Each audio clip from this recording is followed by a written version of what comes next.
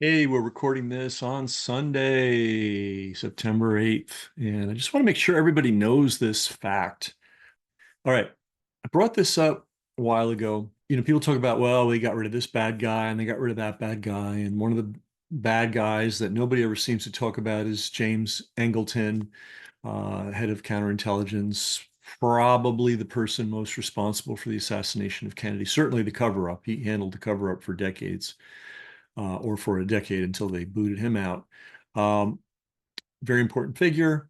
But of course, when you fire one guy, it's a comic book, right? Oh, we fired him. He's gone. The problem's gone. Well, that guy had lieutenants. That guy had staff. That guy had a whole network of people. And in Angleton's case, he'd already been head of counterintelligence for the CIA for over 20 years. So he had a network of thousands of people. They weren't fired. They didn't go anywhere. All right. So what I said was, if you want to know something very important, know who Angleton left behind when he was fired, when he was removed. Who were all his lieutenants, his proteges, his hitmen, his button men? Who were they? Well, a good place to start figuring that out is to go back to the Hunter Biden laptop story. Remember, we had all these brilliant, distinguished, ethical, active, and retired intelligence community leaders assert that the Hunter Biden laptop was Russian disinformation. They were lying. They were frauds. They are traitors to the country.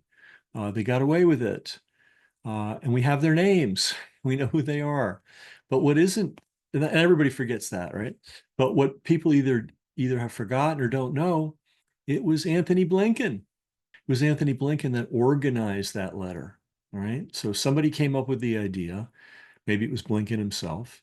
And Blinken went around and knocked on lots of doors and called lots of people and found 50 plus uh, corrupt intelligence agency people to sign their name to a letter claiming that the Hunter Biden laptop was uh, Russian disinformation. So if you want to know who the descendants of James Jesus Angleton are, and he's an important name. If you've missed our previous programs, he's probably one of the certainly the top five, maybe top three of people we should be looking at when we try to understand who killed John and Robert Kennedy.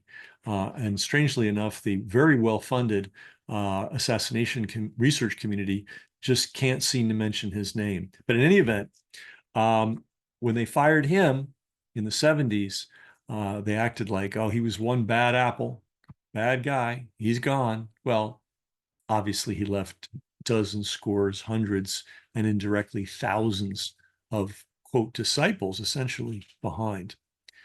So here's the story. It was about a year old now. Biden campaign and Blinken, and he was rewarded, right? He's Secretary of State now, I believe.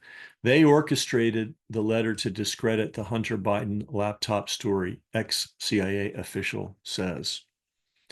Former CIA official testified that then Biden campaign senior advisor and now Secretary of State Antony Blinken played a role. Okay. Former CIA Deputy Director Michael Morell testified before the House committee. Blah, blah, blah. Revealed that Blinken was the impetus. In other words, it was his idea.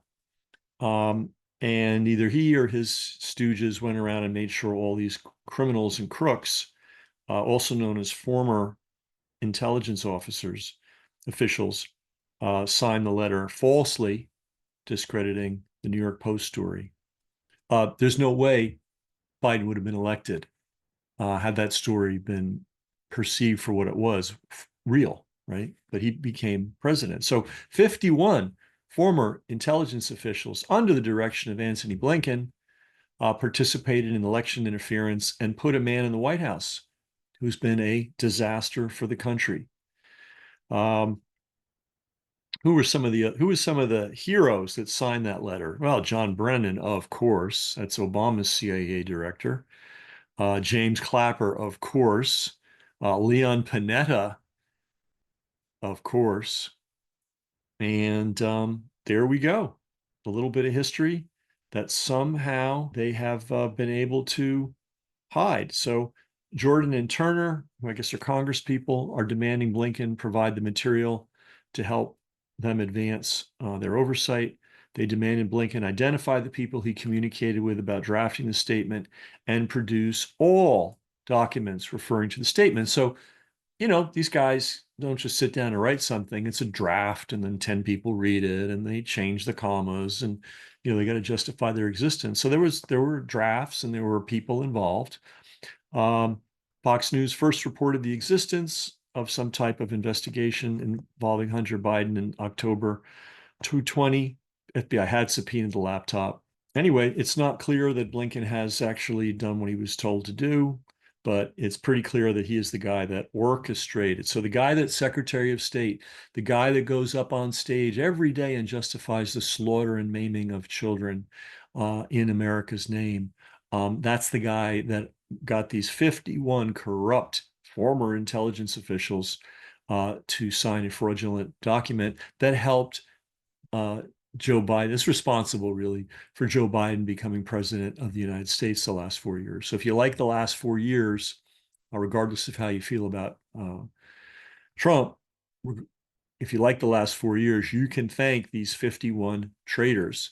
And I bet, take this full circle, I bet a whole bunch of them have a genealogy that brings them back to James Jesus Angleton, who almost certainly was one of the ringleaders of the assassination of both John and Robert Kennedy, happens to have been a leading American Zionist, happens to have been head of counterintelligence for CIA, happens to have also simultaneously and inexplicably been head of the Israeli desk for the CIA, happens to be one of the founders of the Mossad, and on it goes. And you don't know any of this because none of the $1 million podcasters and their esteemed guests have ever bothered to tell you.